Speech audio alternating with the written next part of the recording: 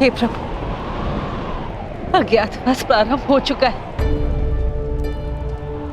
मेरे पुत्रों को सकुशल रखना, उन्हें शत्रु की दृष्टि से बचाए रखना।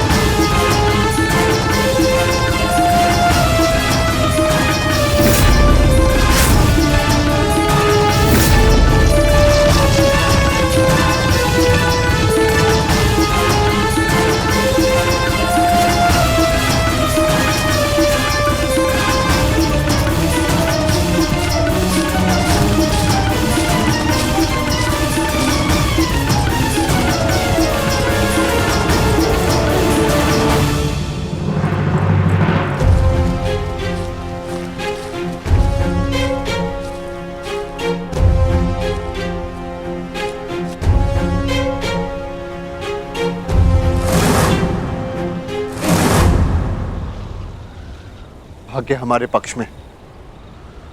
गौरव अपने मंतव्य में सफल नहीं हो पाए। हम उनकी पहुंच से बहुत दूर निकल चुके। चलो आगे बढ़ते हैं।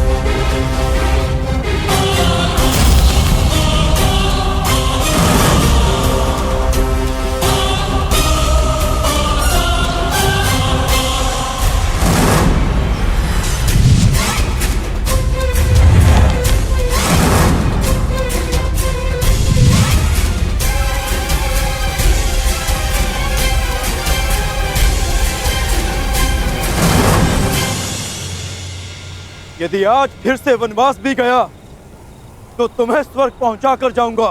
ये तो द्वंद पूर्ण होने पर पता चलेगा अर्जुन, कि किसे वीर गति मिलेगी और कौन स्वर्ग जाएगा। कौन है वहां?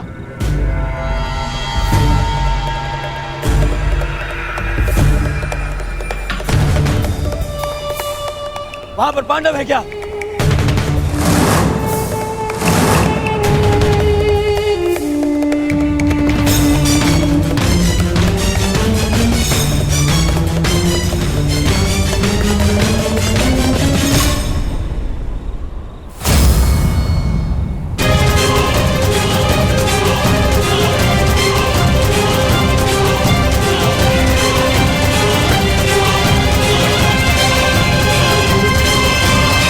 पांडव है यहाँ।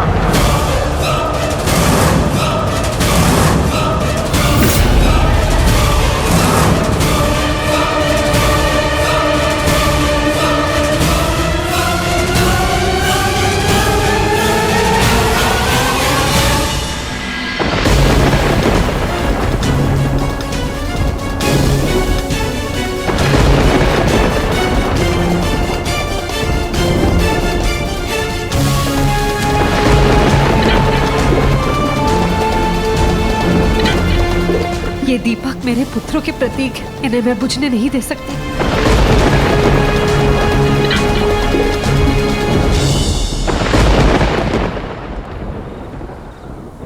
दुर्योधन, देखो ये हमें भटका रहा है। नहीं मामाश्री, कर्ण मेरे साथ में ऐसा नहीं करेगा। दुर्योधन, कुछ समय पूर्व इस कर्ण ने जो हमारे साथ किया वो क्या था? हाथ में आए हुए पांडवों को जाने का अवसर दिया इसने।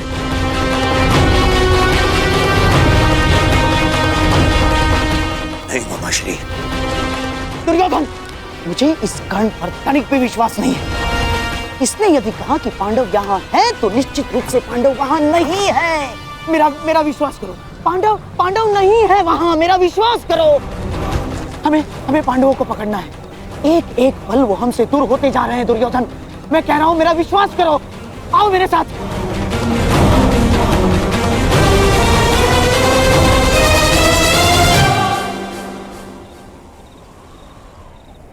मामाश्री कह रहा है तुम्हारा, इस पर विश्वास करोगे तुम? इस पर?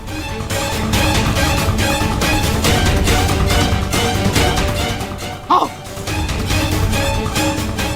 चलो दुर्योधन।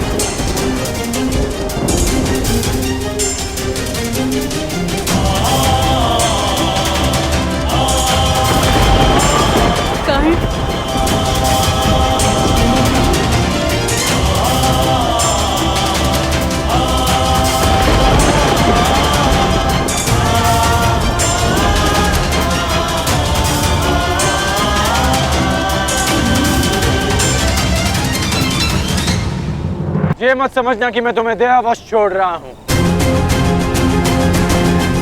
परंतु आज हमारे द्वंद्व का दिन नहीं है। आज हमारा द्वंद्व पूर्ण नहीं होगा और अगले 12 वर्ष मैं द्वंद्व की और प्रतीक्षा नहीं कर सकता।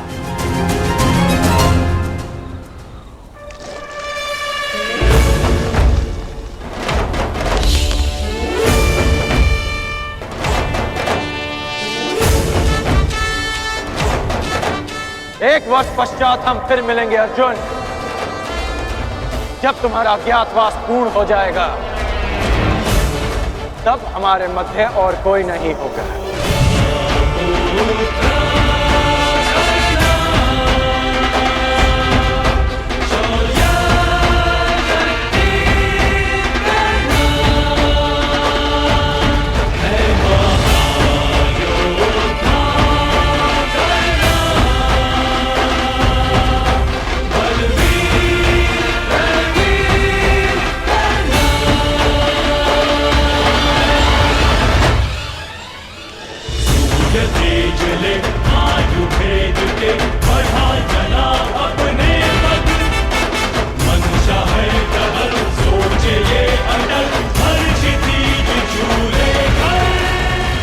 मैं जीवन में कभी कर्ण जैसे पुरुष से नहीं मिला।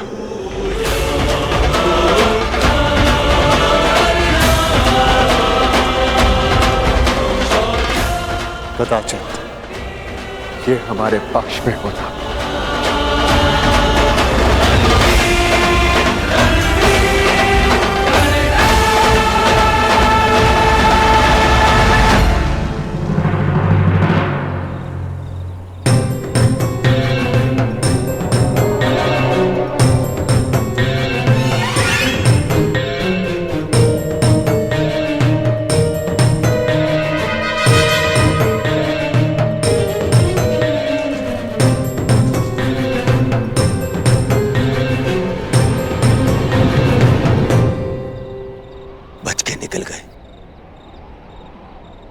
फिर से बच के निकल गए, फिर से बच के निकल गए वो पांडव, फिर से बच के निकल गए मामाश्री।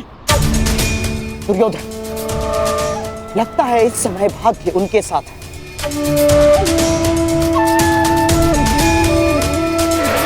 परंतु वर्ष में 6 बार ऋतु बदलते हैं, 6 बार। पूरा 1 वर्ष है हमारे पास। हमारा भी समय आएगा दुर्योधन, अवश्य आएगा, अवश्य। परंतु अब बहुत रात्रि हो चुकी है। अब रात्रि के इस अंधकार में उन पांडवों का पीछा करना असंभव होगा। अब क्या करना है, इसका निर्णय हस्तिनापुर जाकर ही करेंगे।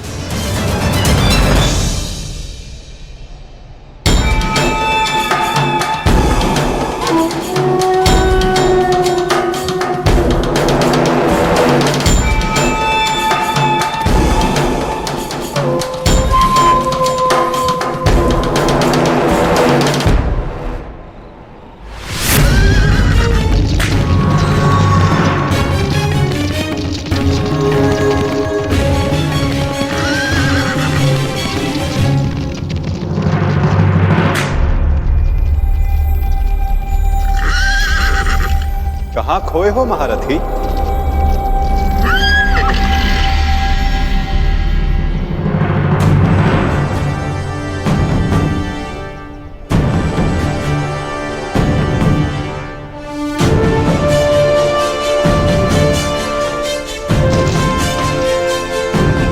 प्रणिपात केशव, क्षमा कीजिएगा, मैंने आपको देखा नहीं, क्योंकि मन उद्विग्न है। द्वंद अधूरा छोड़कर आ गए। हाँ, पाषाण बनकर जिस जल में गिरे थे उसी के साथ छल किया अंगराज। क्या इसे मैं ये संकेत समझूं कि तुम न्याय के पक्ष में आ रहे हो? आप तो सब जानते हैं केशव। हाँ, परंतु तुम्हारे मुख से सुनने का अलग ही आनंद है मित्र। तुम्हें सुनना अच्छा लगता है। तो सुनिए, मैंने छल नहीं किया, मैंने छल रोकने का प्रयास किया है। प्रयास किया है कि द्यूत में जो अधर्म हुआ उसे धर्म युद्ध से धोया जा सके। और यदि इसे कोई छल मानता भी है तो मेरा मानना है कि एक महान लक्ष्य के लिए एक असत्य का पाप चढ़ भी जाए तो कोई बुराई नहीं। और वैसे भी मेरे कंधों पर श्राप का बोझ इतना बड़ा है कि एक छोटे से पाप का बोझ कोई अंतर नहीं डालेगा वासुदेव।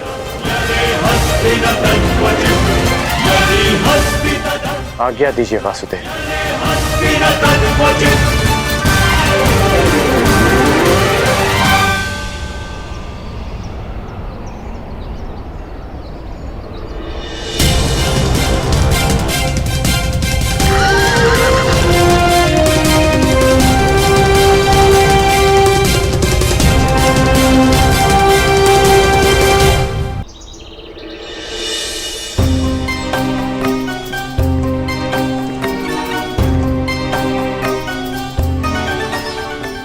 नहीं जाता। तनिक विश्राम कर ले आर्य पुत्र।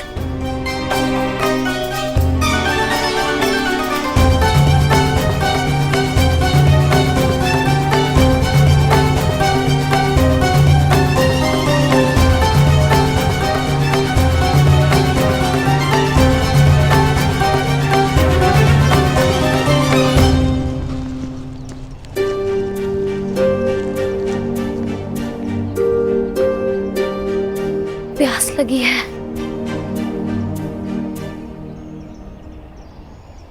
यहाँ तो आसपास जल भी नहीं दिखता।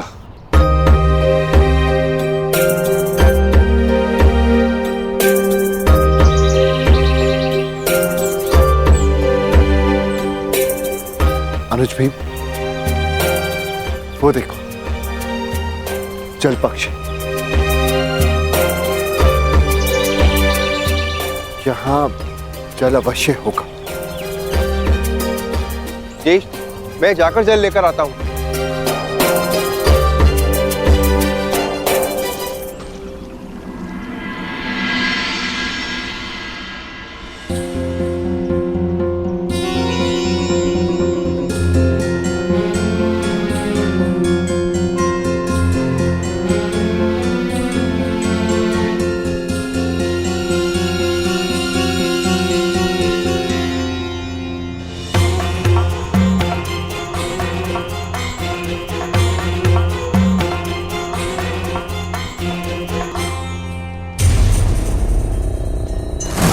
रुक जाओ।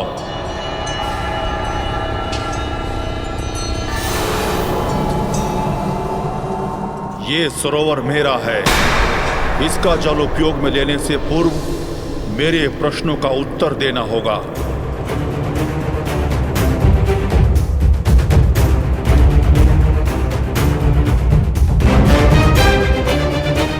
मैं नहीं जानता कि तुम कौन हो, परंतु तुम इतना जान लो, मैं पांडुपुत्र नकुल हूं, गुरुवंशज, महाबली भीम, धनुर्धारी अर्जुन का अनुज।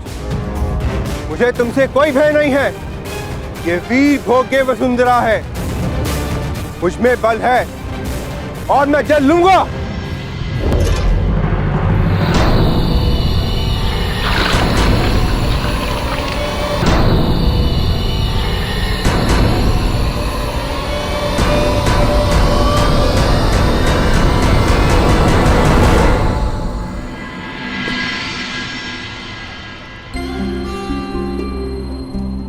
प्रणिपात माताश्री। यशस्वी भव। आपने मुझे स्मरण किया।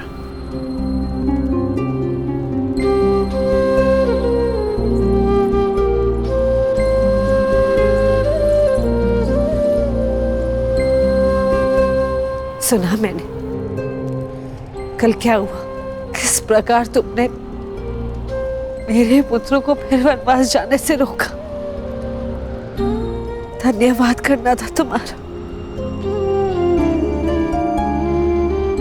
परंतु मन में एक प्रश्न है जिनका तुम दमन करना चाहते थे।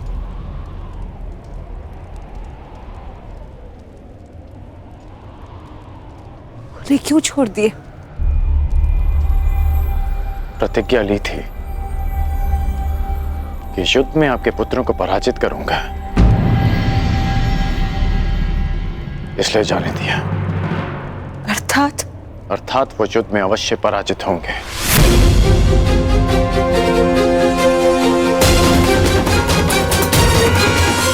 परंतु एक वचन भी है कि आपके पुत्र 1 वर्ष का अज्ञातवास अवश्य पूर्ण करेंगे।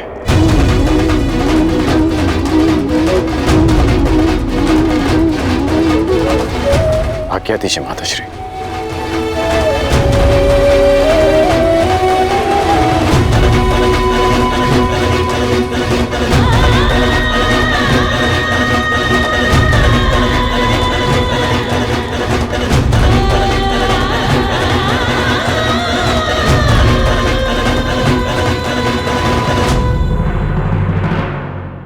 है जिसमें स्वागत हो। जिस प्रकार शरबत कभी कड़वा नहीं हो सकता, उसी प्रकार सत्य भी तीखा, कटु या चोट पहुंचाने वाला नहीं हो सकता। इसी नाते कभी कभी असत्य भी सत्य का ही एक रूप होता है। जिनका तुम दमन करना चाहते थे, उन्हें क्यों छोड़ दिए? प्रतिज्ञा ली थी कि युद्ध में आपके पुत्रों को पराजित करूंगा, इसलिए जाने दिया। परंतु एक वचन भी है कि आपके पुत्र 1 वर्ष का अज्ञातवास अवश्य पूर्ण करेंगे।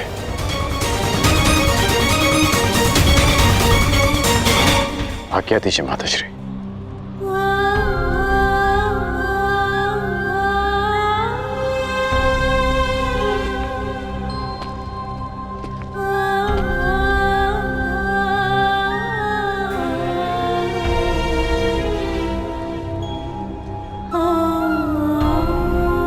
कदाचित मैं तुम्हें बता सकती पुत्र कि तुम सबसे ज्येष्ठ कौनते हो। हे भगवान, एक वरदान को क्यों मेरे लिए अभिशाप बना डाला तूने?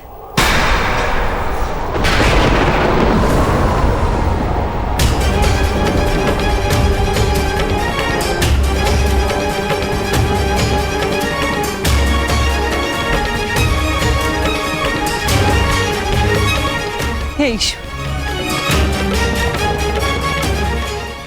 कौन सा संकट आने वाला है मेरे पुत्रों पर।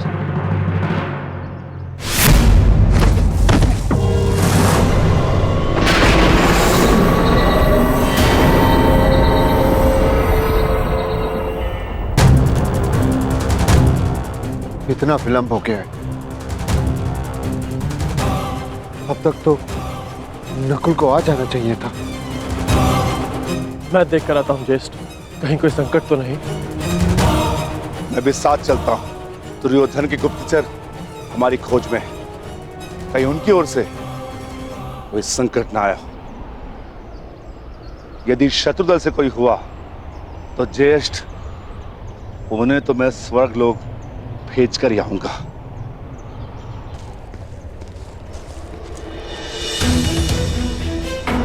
नकुल! नकुल! नकुल! नकुल! भ्राता भीम! नकुल! नकुल! नकुल! नकुल! नकुल! नकुल! उठ जा। नकुल! देखिए ना भ्राता भीम, क्या हुआ है नकुल को? ये कुछ बोल क्यों नहीं रहा? नकुल! नकुल उठ जा। नकुल!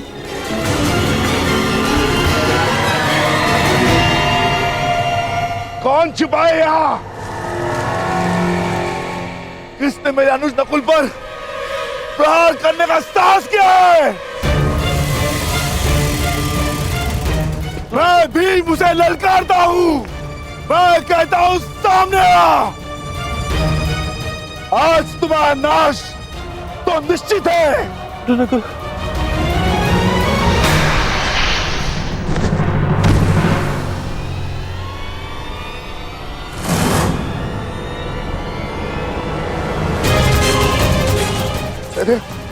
ये क्या हो गया? कदे उठो। नकुल! कदे उठो। कदे!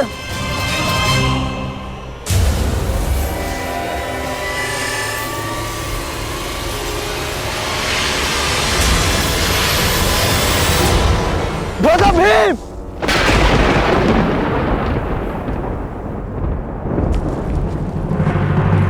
भ्राता भीम! भ्राता भीम! सहदेव! सहदेव! नकुल! नकुल!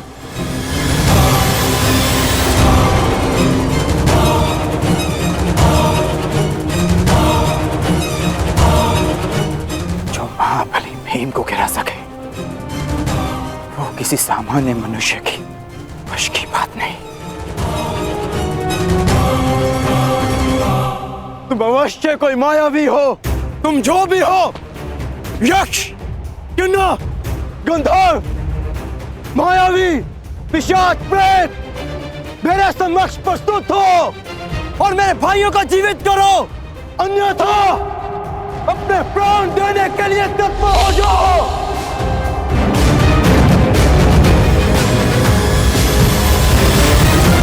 मैं धनुधारी अर्जुन तुम्हें ललकारता हूं।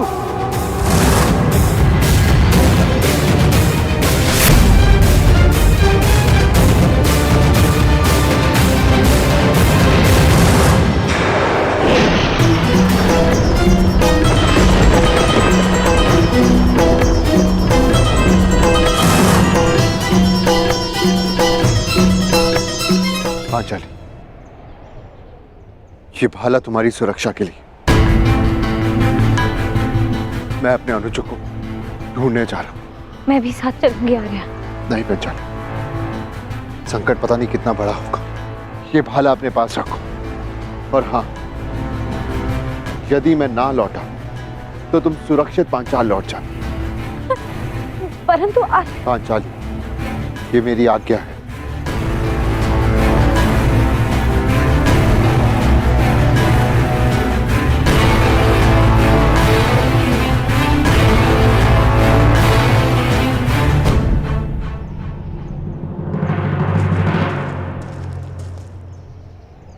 नकुल!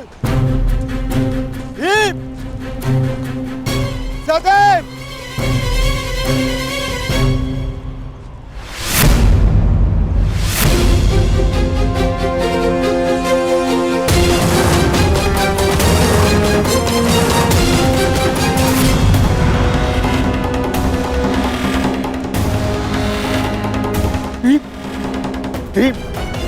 उठो भीम। सहदेव, सहदेव, नकुल, आंखें खोलो। अर्जुन, अर्जुन अपनी आंखें खोलो। अर्जुन,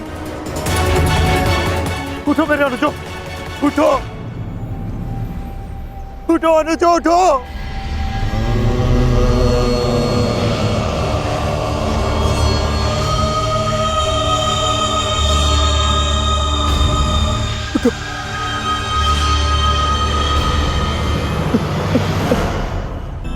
कैसा ज्येष्ठ, कैसा ज्येष्ठ। युद्ध में हारे जाने के पश्चात भी जिन्होंने मुझ पर अपना विश्वास नहीं हारा, उनकी सुरक्षा मैं कैसे नहीं कर सका। क्या उत्तर दूंगा, क्या उत्तर दूंगा मैं माता कुंती को, क्या उत्तर दूंगा मैं पांचाली को, क्या उत्तर दूंगा मैं उन्हें।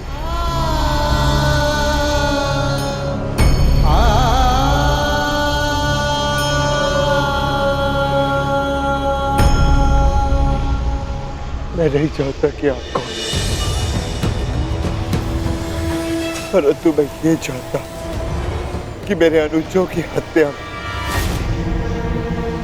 आपका हाथ अवश्य, आप अदृष्टि अवश्य है, परंतु मैं ये जानता हूं कि आप मुझे सुन और देख अवश्य सकते हैं। तो आप ये भी सुन लीजिए, ना तो ये युधिष्ठिर अपने अनुजों को अपने साथ लेकर जाएगा या इसी सरोवर के तट पर अपने प्राण दे देगा। कृपा करके बताएं कि आप कौन है। मैंने तुम्हारे भाइयों की हत्या की है और तुम्हारे भाइयों का वध हुआ क्योंकि वो इसी के पात्र थे। उन्होंने मेरी आज्ञा की अवहेलना की थी। मेरे प्रश्नों का उत्तर दिए बिना मेरे सरोवर का जल लिया और युद्ध करने को प्रस्तुत हुए। अब तुम्हारी बारी है युधिष्ठिर, मेरे प्रश्नों का उत्तर दोगे या युद्ध का आह्वान? बिना शत्रु को जाने, बिना उसका मंतव्य पहचाने युद्ध करना धर्म नहीं। इसीलिए समक्ष प्रस्तुत होकर आप मुझे बताएं कि आप कौन हैं।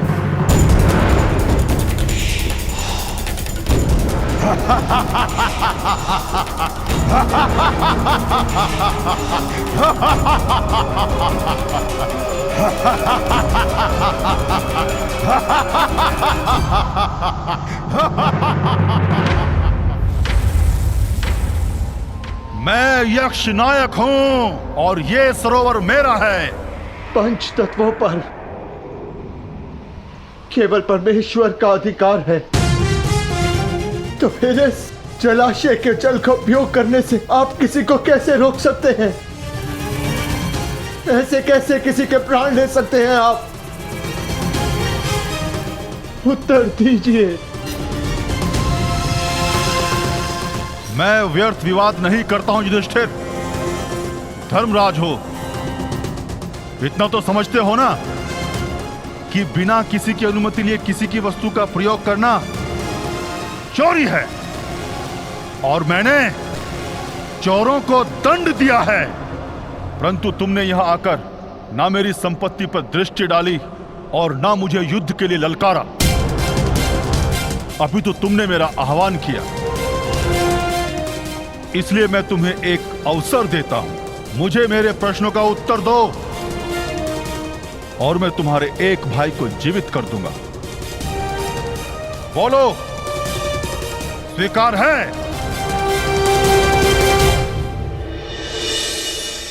हे प्रभु, मैं नहीं जानती ये कैसी लीला है, परंतु इस मां की परीक्षा मत लो। मेरे पुत्रों की रक्षा करो प्रभु, मेरे पुत्रों के। अपने भाइयों के पश्चात मुझे अपने जीवन का कोई मोह नहीं है महोदय।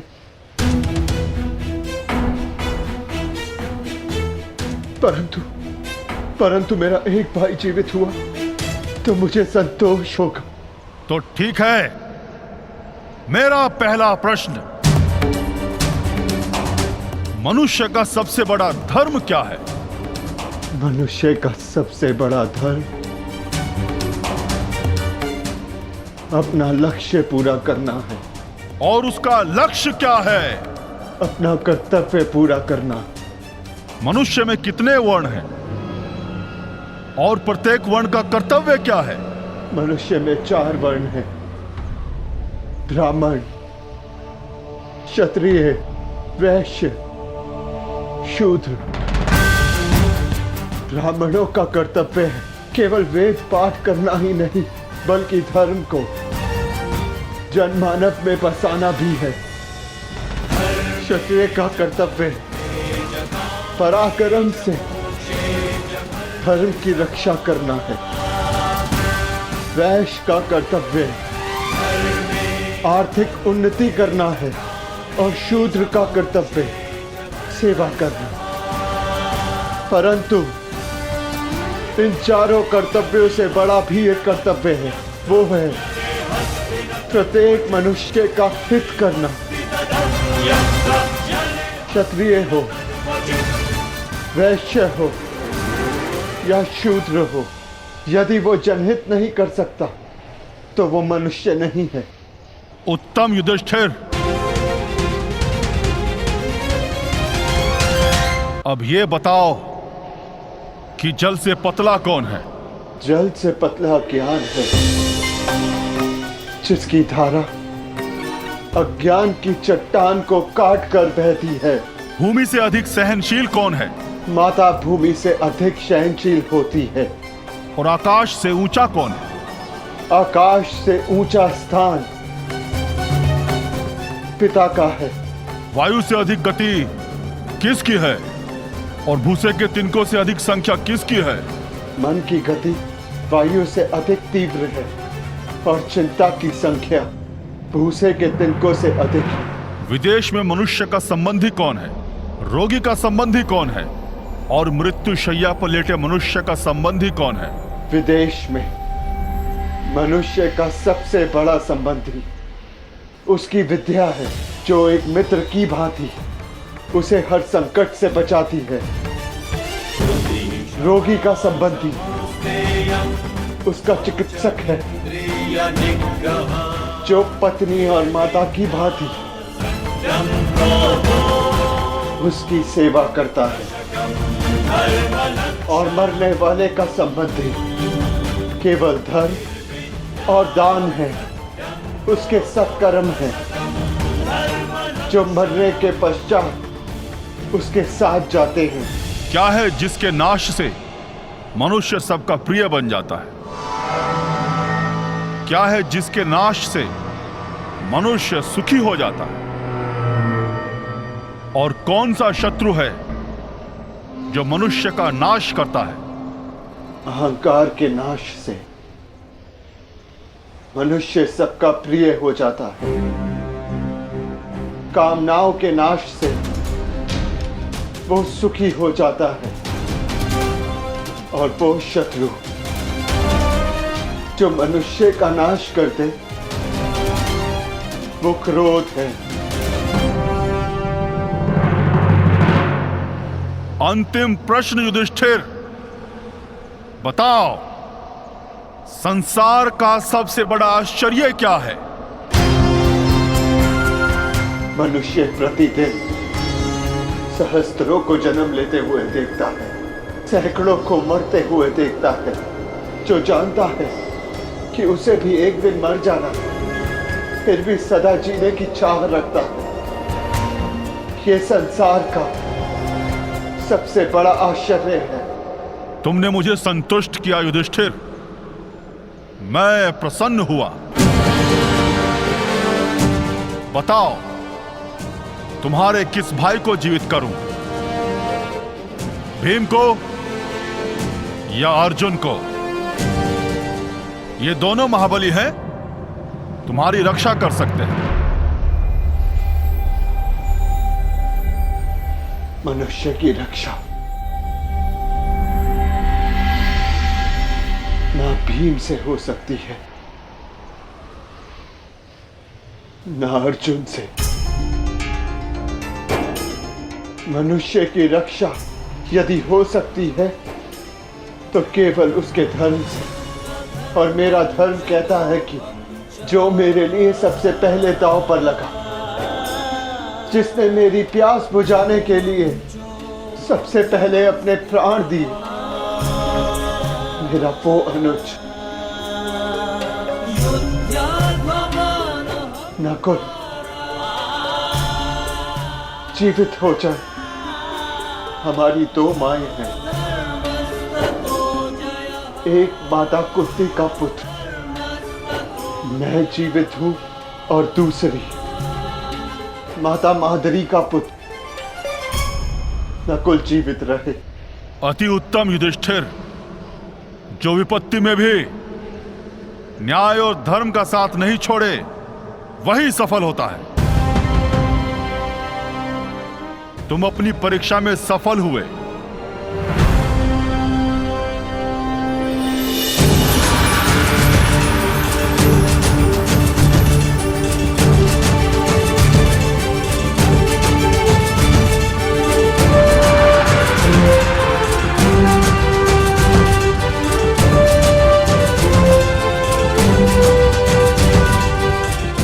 आज मैं पूरा संसार जीत के,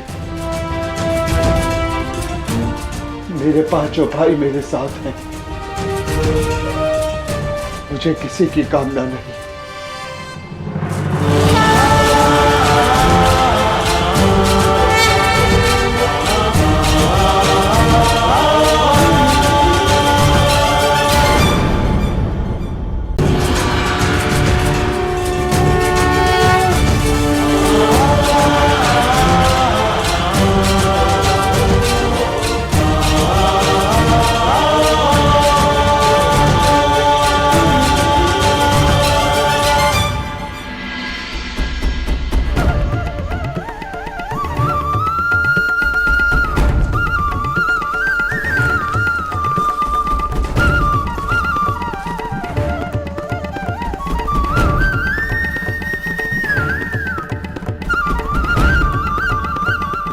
प्रणिपात वासुदेव।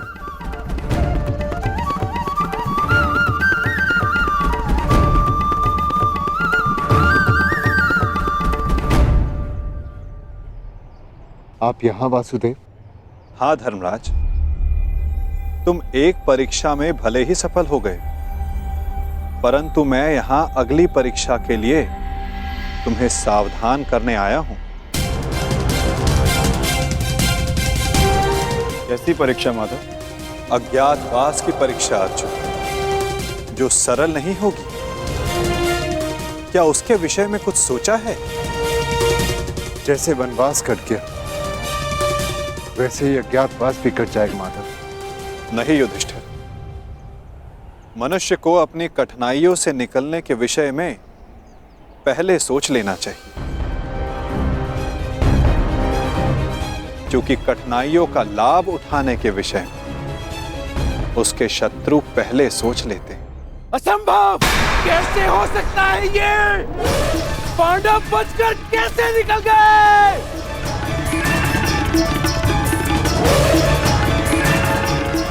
दिग्विजय प्राप्त कर ली, चारों दिशाएं जीत ली, परंतु हर बार पांडवों से क्यों हार जाते हो तुम?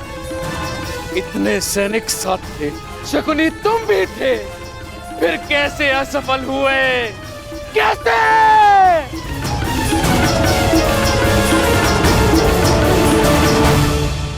रुष्ट ना होइए महाराज, हम असफल नहीं हुए, क्योंकि पांडवों का अज्ञातवास भंग हो चुका है।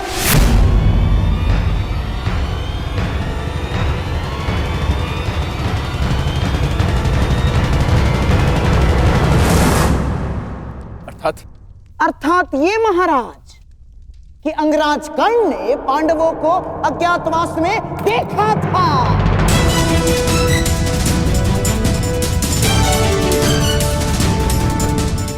इसीलिए नीति अनुसार पांडवों का अज्ञातवास भंग हो चुका है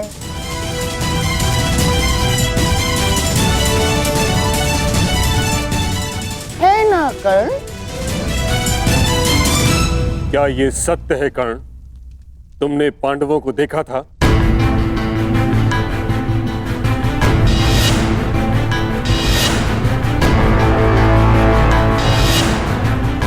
जानता हूं पुत्र, तुमने अवश्य पांडवों को देखा है, परंतु अब समय है कि उनके विरुद्ध एक और अधर्म को होने से रोका जा सके। उत्तर दो कर्ण, क्या तुमने पांडवों को देखा था? जी, देखा था।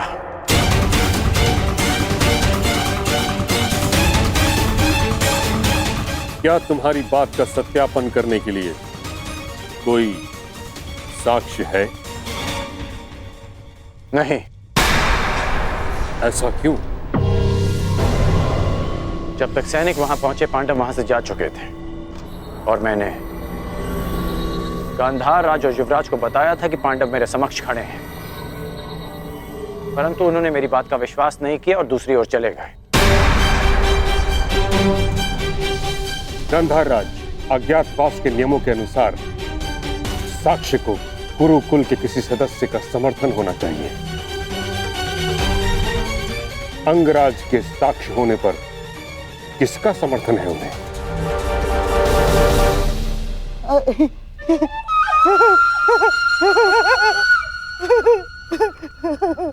अंगराज कर्ण की बात पर कौन अविश्वास कर सकता है महामहिम? और उनके साक्ष्य होने पर स्वयं कुरुवंश के सम्राट दुर्योधन का समर्थन भी है? हाँ, मुझे अपने मित्र कर्ण के ऊपर पूर्ण विश्वास है।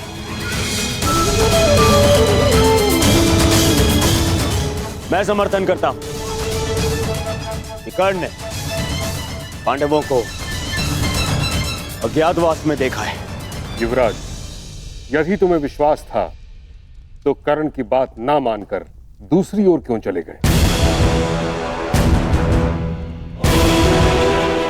और आप गांधार राज, यदि आपको कर्ण की बातों पर विश्वास था तो आप उसके पास क्यों नहीं गए? इसका अर्थ यह है कि आपको कर्ण पर विश्वास नहीं था, अर्थात अज्ञातवास भंग नहीं हुआ।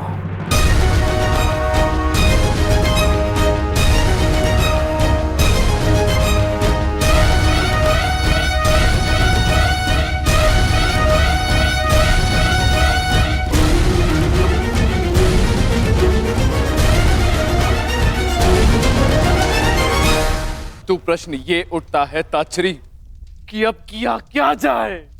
खोज। पांडवों की खोज के अतिरिक्त कोई मार्ग शेष नहीं, क्योंकि नियमानुसार पांडवों का अज्ञातवास किसी विघ्न के बिना आरंभ हो चुका है। अज्ञातवास में जाने का समय हो गया है, परंतु तुम सबके शस्त्रों को देखकर कोई भी तुम्हें पहचान लेगा। भीम की गदा, अर्जुन का गांडीव और तुम सबके अस्त्रों और शस्त्रों को देखकर तुम्हें कोई भी पहचान सकता है।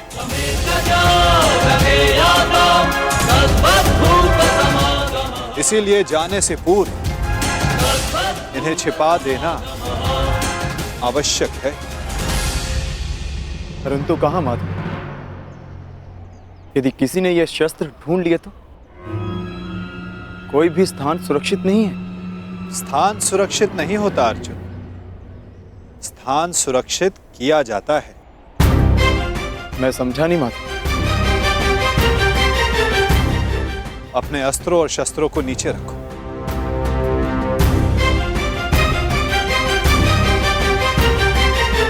सखी, इस वृक्ष के पीछे श्वेत वस्त्र रखे हैं, उन्हें यहां लेकर आ जाओ। जी।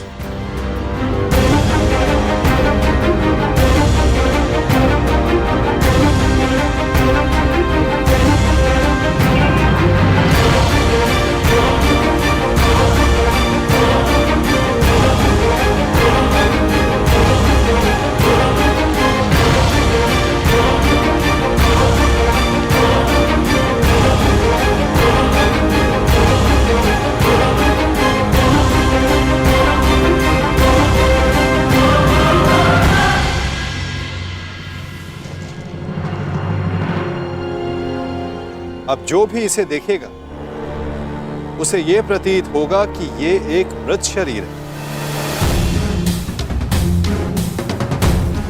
कुछ लोग भय के कारण तो कुछ लोग घृणा के कारण यहां नहीं आएंगे। इस शमी के वृक्ष पर 1 वर्ष तक ये अस्त्र और शस्त्र सुरक्षित रहेंगे। परंतु अब सबसे महत्वपूर्ण प्रश्न ये खड़ा होता है कि अज्ञातवास में जाओगे कहां?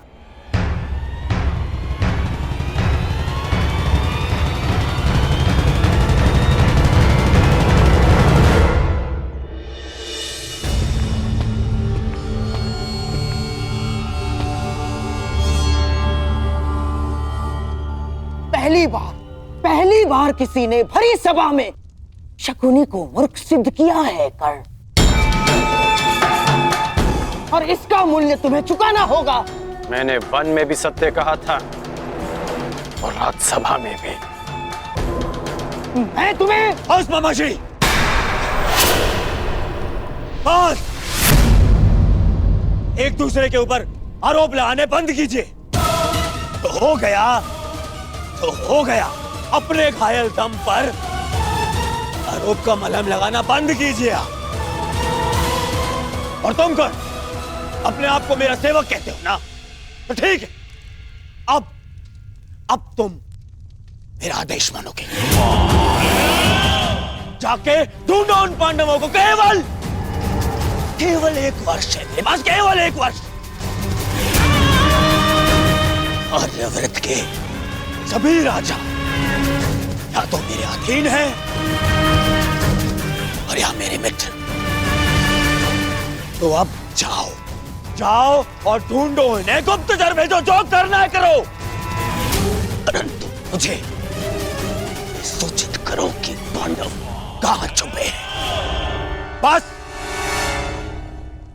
जिस आर्यव्रत पर विजय पाने के लिए 12 वर्ष लग गए दुर्योधन, 12 वर्ष, वहां 12 महीनों में पांडवों को कैसे ढूंढ पाओगे तुम? अब हमें ये कार्य शक्ति से नहीं, युक्ति से करना होगा दुर्योधन। लीजिए, ये नई युक्ति आई, अर्थात मामाश्री, अर्थात पांडव किसी भी परिस्थिति में हमारे मित्र राष्ट्रों में नहीं जाएंगे ना। वो वहां जाएंगे जिन्होंने हमारी अधीनता स्वीकार तो कर ली है, परंतु जो मन से पांडवों के पक्ष में है। मन से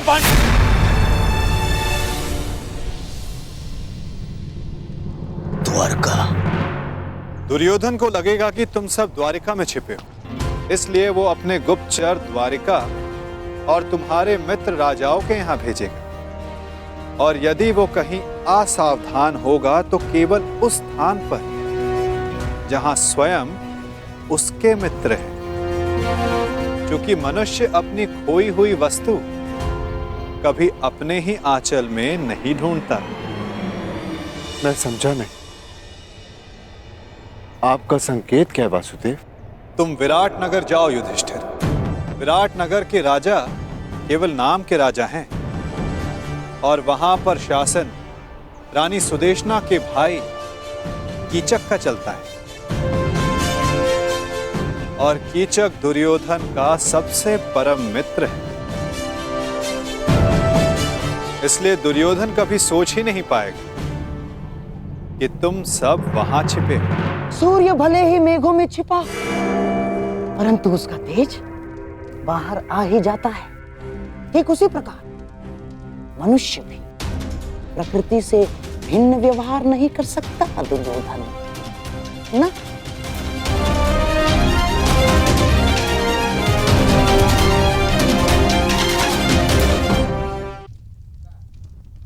युधिष्ठिर धर्मराज है, इसलिए कहीं उपदेशक या मंत्री बना बैठा होगा।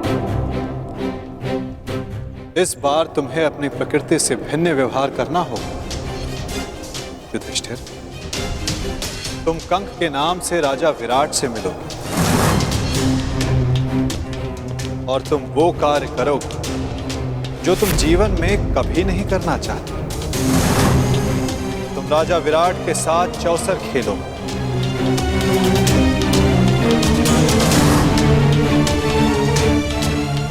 प्रणिपात, प्रणिपात महाराज।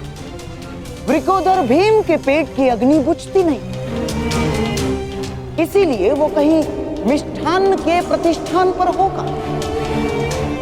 उसकी भूख स्वयं उसका पता बता दे। तुम्हें अपनी भूख पर नियंत्रण रखना होगा भीम।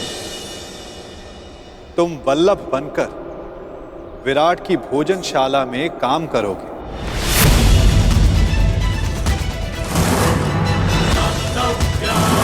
और अपनी भूख पर कड़ा नियंत्रण रखो।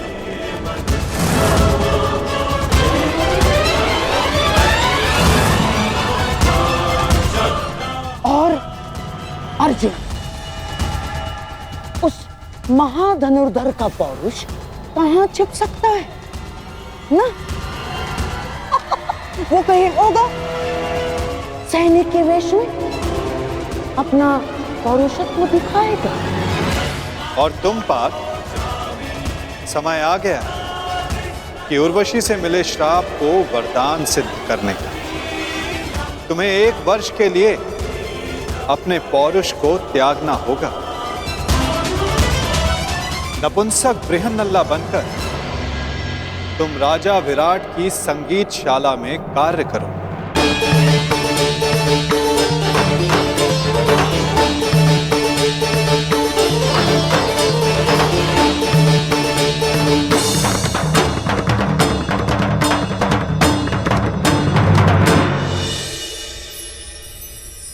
अति उत्तम बृहन्नला, क्या तुम हमारी पुत्री उत्तरा को संगीत और नृत्य की शिक्षा दोगी?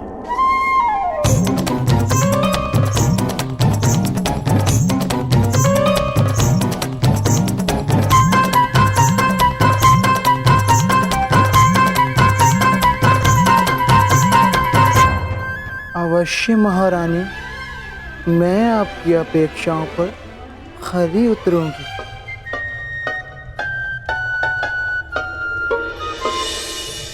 नकुल सहदेव बेचारे कोमल सुंदर, उनसे परिश्रम नहीं होगा ना? इसीलिए किसी राज्य में सभासद बनकर बैठे होंगे। नकुल, सहदेव, तुम ग्रंथिक बनकर और तुम तंतिपाल बनकर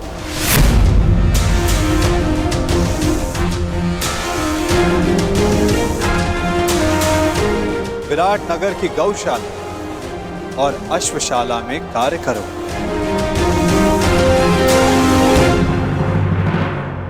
और सबसे अधिक वो पांचाली,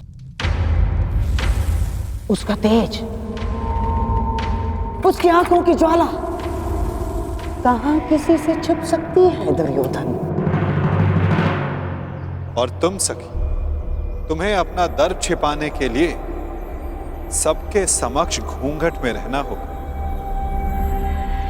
दासी सैरंधरी बन, जिसके पति गंधर्व, तुम रानी सुदेशना की रूप सज्जा का कार्य संभालो।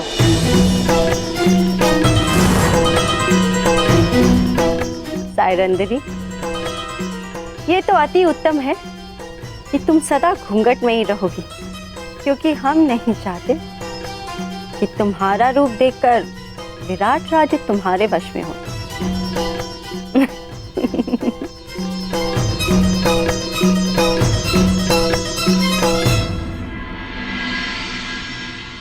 यदि मेरे सिखाए मार्ग पर चलोगे तो पांडवों को ढूंढना कठिन कार्य नहीं होगा।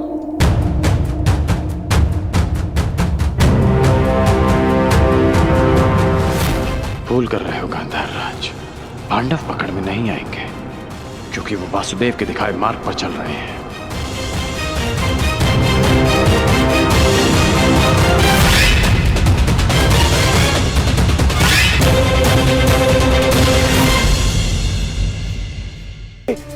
असफलता का संदेश देने क्यों चले आते हैं? क्यों? और तुम्हें तो मैं शिवराज, ये गुप्तचर है, केवल अपना कार्य पूर्ण कर रहा है। इससे मैं शांत हो जाइए शिवराज, शांत हो जाइए। अरे कैसे शांत हो जाऊं? 10 माह बीत चुके हैं, 10 माह बीत चुके हैं अज्ञातवास को। केवल 2 माह शेष हैं, 60 दिन। अब तक उन पांडवों की सूचना नहीं मिली तो आगे क्या मिलेगी? और तुम अब तक यहीं खड़े हो। इससे पहले कि मैं तुम्हारा वध कर दूं, चले जाओ यहां से, जाओ।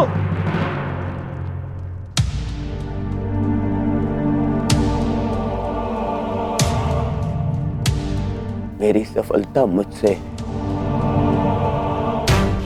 दूर जा रही है।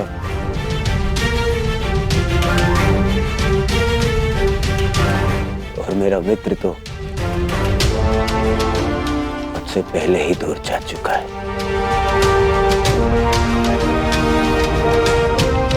और सब कह रहे हैं कि शांत रहो, शांत हो जाओ, शांत हो जाओ। शांत होने की आवश्यकता है।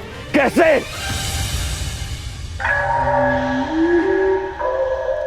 शांत होने की कोई आवश्यकता नहीं है दुर्योधन,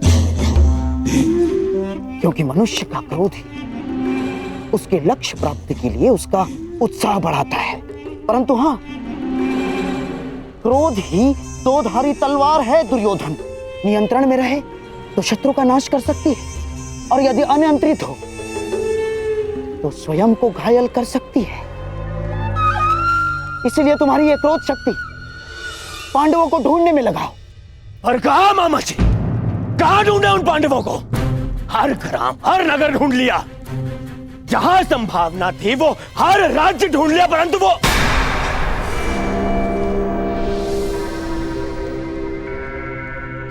कहीं ऐसा तो नहीं कि हमें जहां ढूंढना चाहिए हमने वहां नहीं ढूंढा।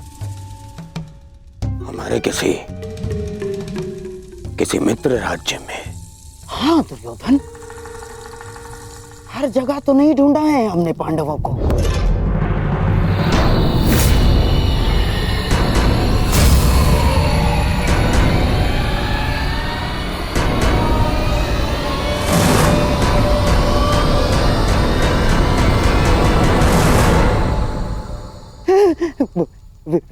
विराट,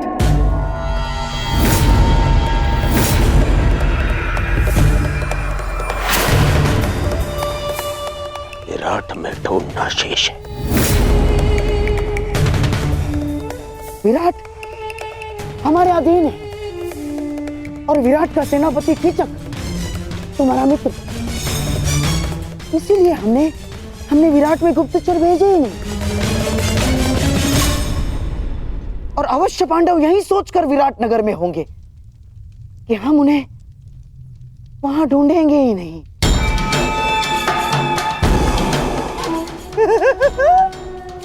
परंतु अब पांडव बचेंगे ही नहीं दुर्योधन। आज ही मैं अपने गुप्तचरों को विराट जाने की आज्ञा देता हूं, आज ही। नहीं, वहां गुप्तचर नहीं जाएंगे।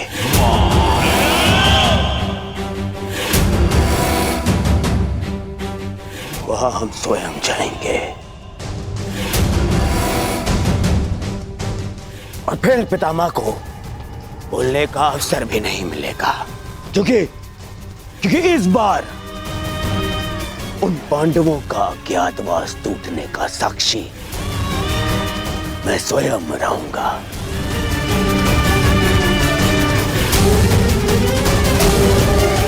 और फिर कीचक मेरा परम मित्र है।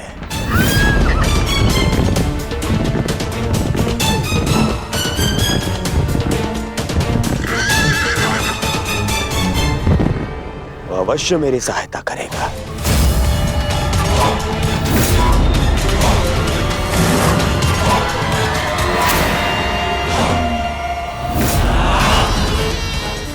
कीचक कहने को सेनापति है,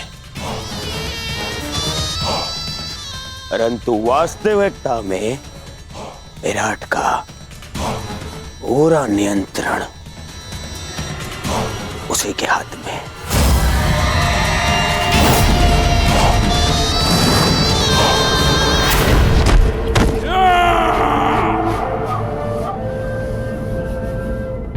और जब तक वो पांडव नहीं मिल जाते, हम कीचक के साथ विराट में ही रहेंगे।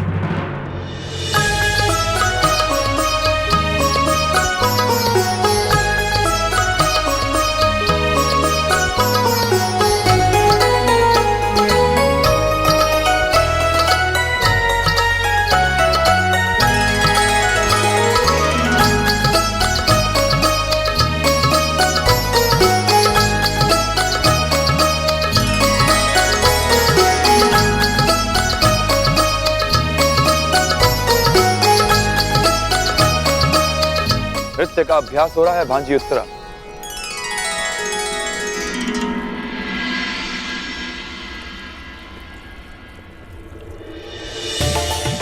महावश्री,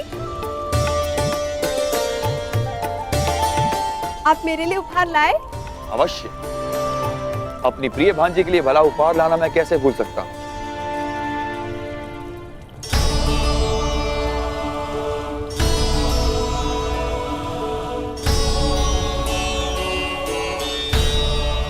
ये क्या महावश्री, फिर से वस्त्र?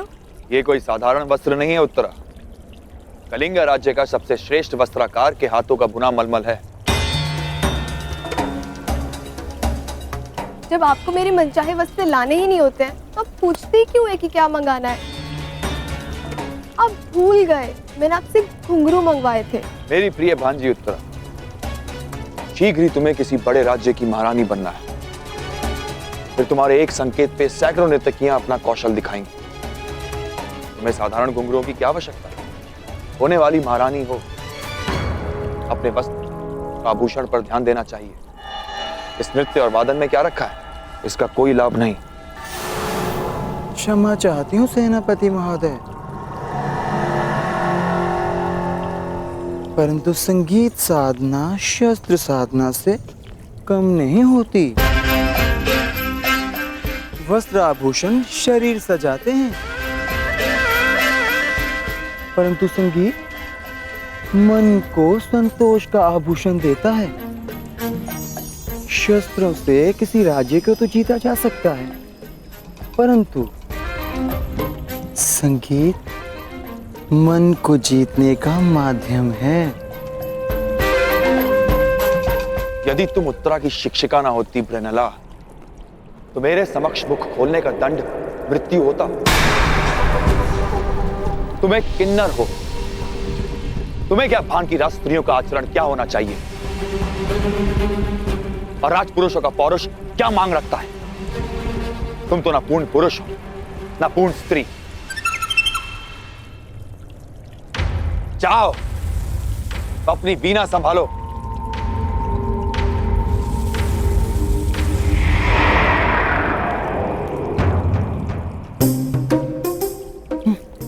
चलिए राजकुमारी, अभ्यास पुनः प्रारंभ करते हैं।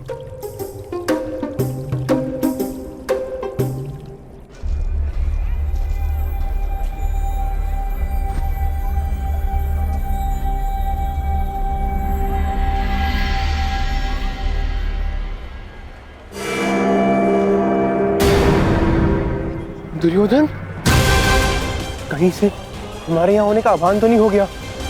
हाँ भैया, सुना हस्तिनापुर के युवराज दुर्योधन आए हैं। हाँ, सेनापति कीचक के अभिन्न मित्र हैं और अब तो वे दिग्विजय भी कर चुके हैं। स्वागत है युवराज। आशा है कि पांडव यहाँ नहीं होंगे।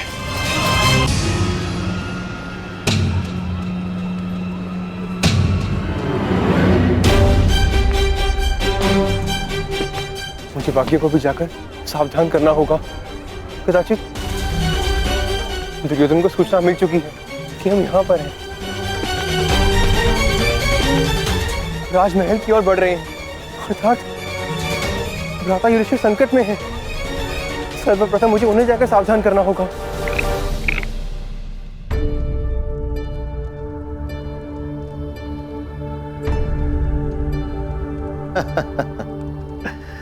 वाह कंक, तुमने तो हमें फिर से हरा दिया।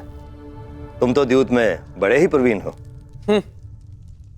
इसमें कौन सी बड़ी बात है पिताश्री? द्यूत तो भाग्य का खेल है। नहीं पुत्र उत्तर, कंक केवल द्यूत ही नहीं जानते, कभी इनके साथ समय व्यतीत करोगे तो स्वयं जानोगे। इन्हें नीति और दर्शन का बहुत गहरा ज्ञान है। कंक, कभी कभी राजकुमार उत्तर को भी तनिक ज्ञान दिया करो। मुझे उसकी कोई आवश्यकता नहीं, और वैसे भी राजकुमारों के लिए शस्त्र ज्ञान अधिक होता है, और जो कि मुझे मेरे मामा श्री कीचक भली भांति सिखा रहे हैं। आप जानते हैं कंक महोदय, मेरे मामा श्री युद्ध में अपराजय हैं। उनकी तुलना महाबली भीष्म, बलराम और महाबलशाली भीम से की जाती है। देखना, मैं भी एक दिन उन्हीं की तरह बलशाली बनूंगा। नहीं राजकुमार उत्तर, एक महान राजा बनने के लिए बल से अधिक नीति और न्याय का ज्ञान होना अति आवश्यक है। प्रजा को कैसे सुखी रखना है, ऐसी भावना अधिक आवश्यक है। परंतु पिताश्री, बिना बल के प्रजा की रक्षा कैसे की जा सकती है? प्रणिपात महाराज, कुमार के धनुर्अभ्यास का समय हो गया है।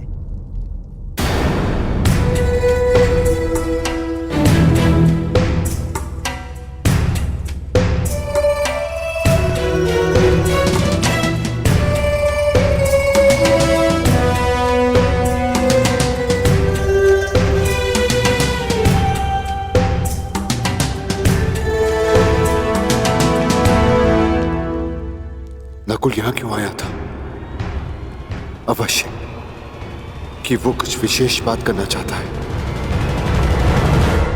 मुझे उत्तर को लेकर बहुत चिंता है कंक।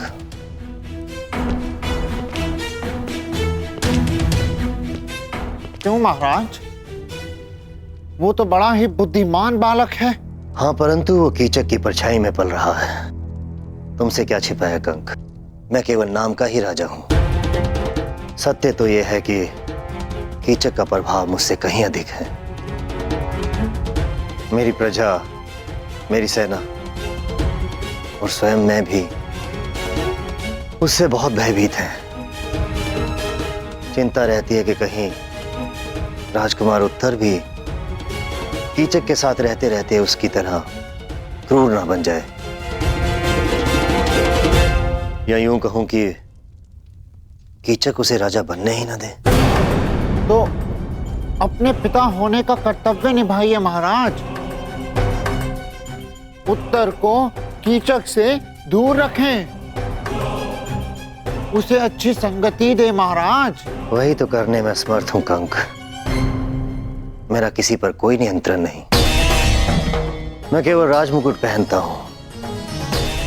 वास्तव में राजा की शक्तियों का उपयोग तो कीचक ही करता है।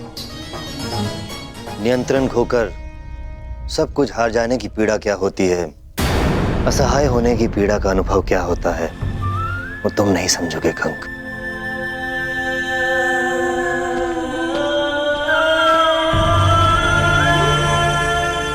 जी महाराज।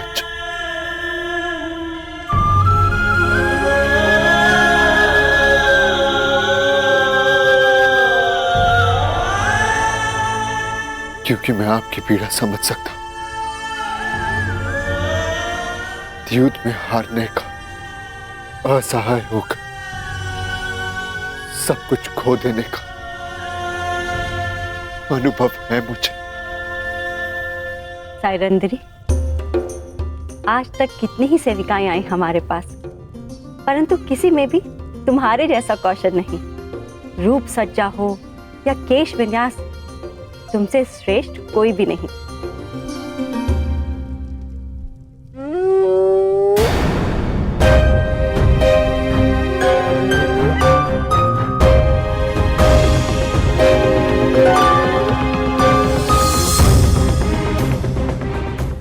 पूर्ण हुआ महारानी। आज्ञा दीजिए, बहुत काम शेष है। अरे अभी कहाँ? हमें हमारे अन्य आभूषण कौन पहनाएगा? जी। उपहास कर रहे हैं हम। तुम जाओ, आभूषण हम स्वयं पहन लेंगे। अच्छा रुको,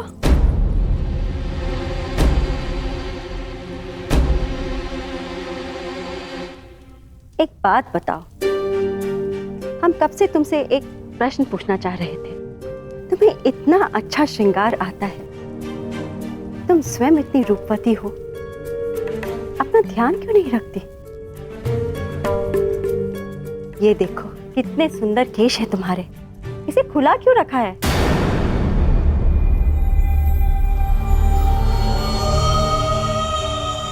मेरे खुले केश आप पांचों को मेरे अपमान का स्मरण दिलाते रहेंगे, क्योंकि मेरे खुले केश किसी प्रतिज्ञा से बंधे हैं महारानी।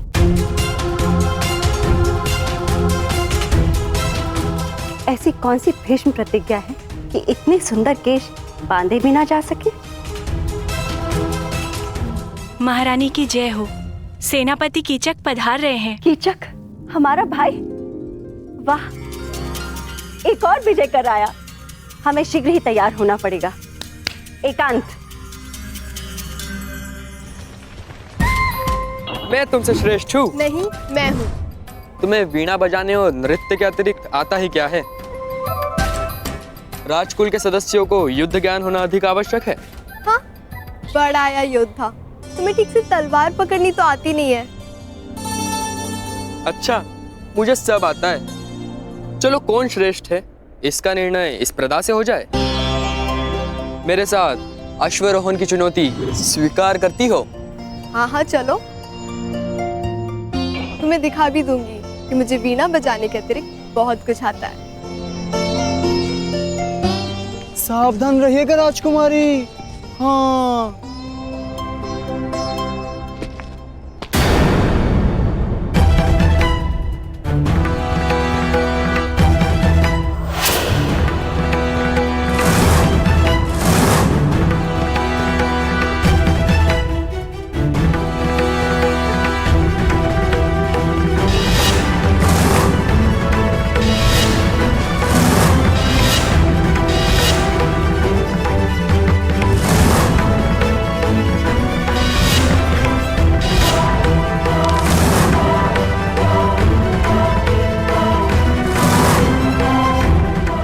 स्त्री कौन है?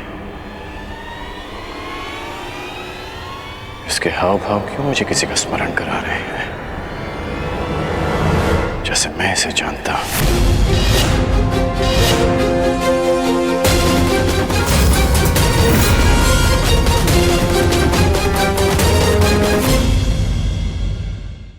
उसे संकेत भेजा। मैंने महारानी के कक्ष के बाहर जाकर पुकार लगाई थी, अवश्य पांचाली ने सुनी होगी। तो फिर पांचाली यहाँ आए क्यों नहीं?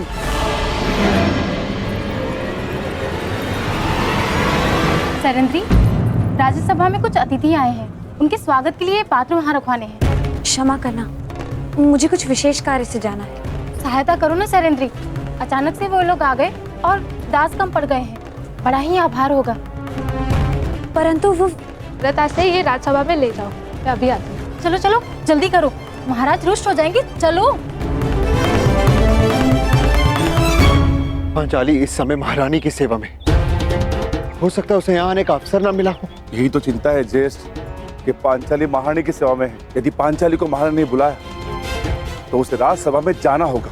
ठीक कहा तुमने अनुज, बिल्कुल ठीक कहा। पांचाली को दुर्योधन की दृष्टि से बचाए रखना अत्यंत आवश्यक है। ये मेरा उत्तरदायित्व है कि मैं पांचाली को राजसभा के समीप न आने दूं। अर्थात आपको दुर्योधन के समीप रहना होगा भ्राता।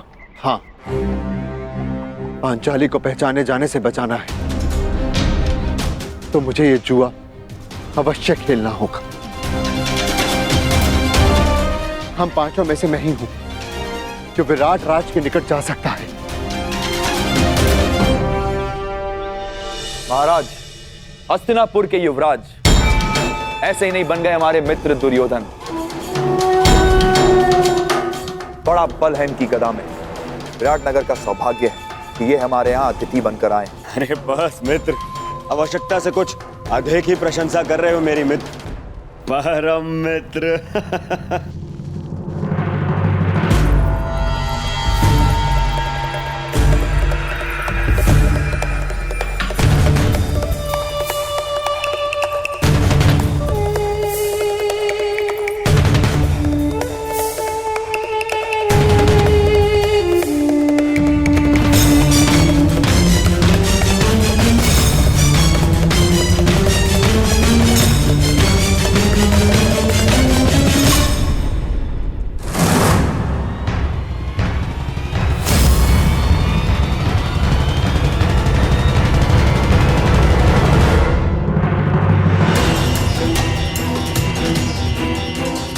कहाँ जा रहे हो भीम? राजसभा में आपके साथ ज्येष्ठ।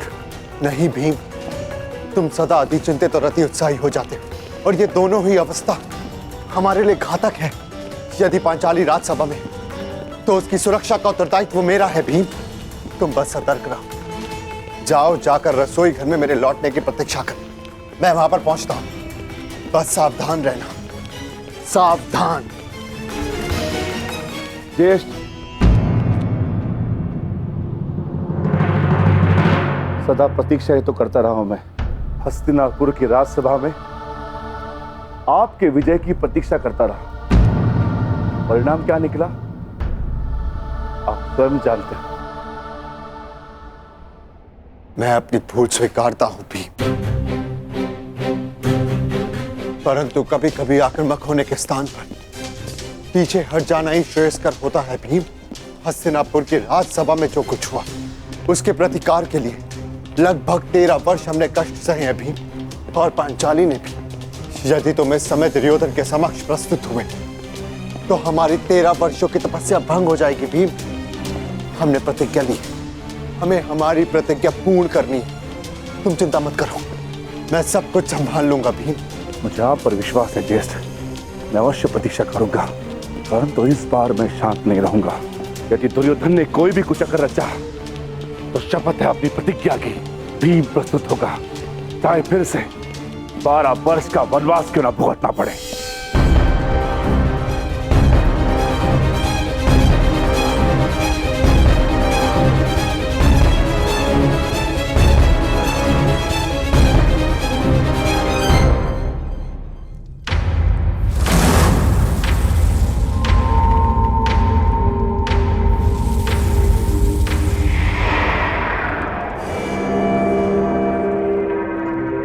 तुम्हारा मित्र कुछ ज्यादा ही रुचि दिखा रहा है उस दासी में दुर्योधन।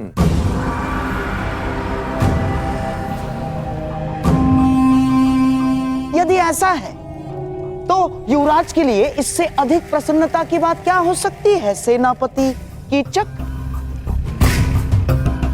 और वैसे भी अंगराज कर्ण अपने वचन के साथ साथ किसी व्यसन में भी रुचि रख रहे हैं। अच्छा है,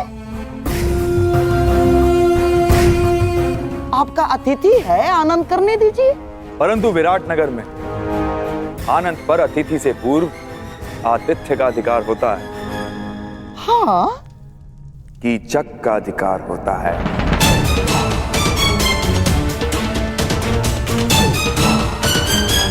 है ना राजा? दासी, तुम पहले हमारे समक्ष आओ।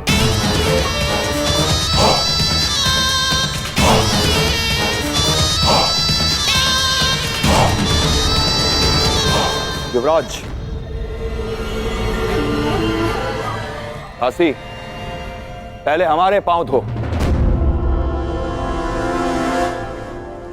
सुना नहीं दासी?